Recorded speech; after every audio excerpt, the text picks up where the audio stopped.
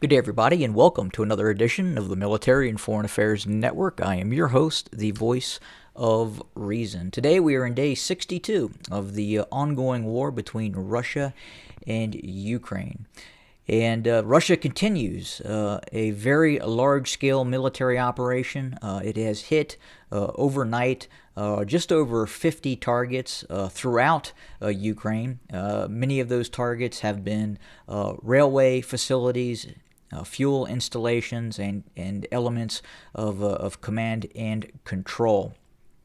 We have seen some reports in Western media that indicate that these attacks on railway facilities are acts of terror designed to terrorize the Ukrainian population. Now, that is completely absurd, quite frankly. Now, could it terrorize the Ukrainian population? Yes, it absolutely could. Is that the reason we are seeing the Russians launching these attacks against railway installations? And the answer to that is a resounding no.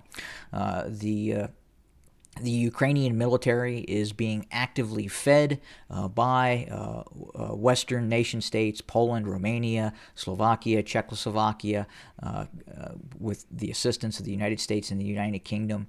And these forces, these munitions, in some cases armored vehicles, in-laws, javelins, ammunition, and supplies that are a necessity to fight a war are coming across the border from Poland, being loaded onto railway sites, and then shipped to areas where they are needed, as it is the most fastest means of a transportation that until recently was not being struck by the Russian armed forces. And that is why we are seeing the Russians going after this railway infrastructure. It is designed to degrade and destroy the Ukrainian ability to fight this ongoing war. And I understand that is going to receive pushback, and that pushback will be no, these are terror attacks on Ukrainian civil populace. Again, I do not doubt the fact that it is causing terror among the Ukrainian civil population, but the goal of these Russian strikes, are to go after and degrade Western inflows of various military supplies. And not only that, the Ukrainian uses the rail network to move damaged tanks and armored vehicles towards the Polish and Slovakian border, where they then can be shipped off to either Poland or the Czech Republic for repair. And it would appear right now that at least Czechoslovakia is willing to repair Ukrainian armored vehicles. So even though the Russians have gone after Ukrainian repair facilities in various areas of Ukraine, the Ukrainians still have the ability, and you can see the full investment that the North Atlantic Treaty Organization has in this war, and it really has become a proxy war, even to the extent that quite possibly even some NATO assets could be actively involved in this conflict. And what could those assets be? Well, recently we have seen the U.S. Secretary of Defense and the U.S. Secretary of State travel via train from Poland to Kiev. And in all probability, I would say it's very, very unlikely that the United States would have risked sending those two very high-ranking individuals on that long journey from the Polish border all the way to Kiev, which is an active combat zone, quite frankly.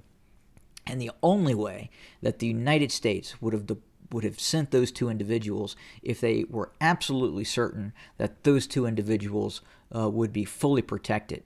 And one of the main ways that the United States would have protected those individuals would be with quite possibly F-35 Lightning II stealth aircraft. And I fully believe that if we fast forward 20 years into the future, 30 years into the future, just as we now can look back on the Korean War, and we can see just how much involvement the Soviets were involved, and even the use of Soviet fighter aircraft against the United Nations forces that were involved in that conflict.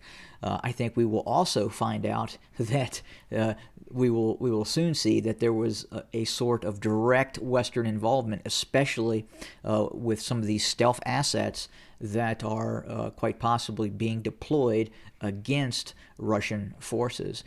So obviously, if a F-35 were to shoot down a Russian aircraft, given the stealth properties of the F-35, the United States, NATO could automatically, and obviously the Ukraine too, could stipulate that it was probably a Buk or an S-300 or some sort of air defense system that brought down said Russian aircraft or cruise missile, when in fact, in all probability, there's a very high likelihood that the F-35s could be involved in this conflict, in terms of maybe not direct air-to-air types of engagements, but absolutely, I believe they were being utilized to protect the Secretary of State and Secretary of Defense as they moved from Poland to Kiev. And those, if the Russians would have launched an attack on that railway, on that train heading towards Kiev, the most likely method, the way that attack would occurred would be with a possible cruise missile or a direct air-to-ground strike, and obviously the F-35s would be there to prevent that from happening. So I firmly believe F-35s were involved in that activity in terms of what has happened.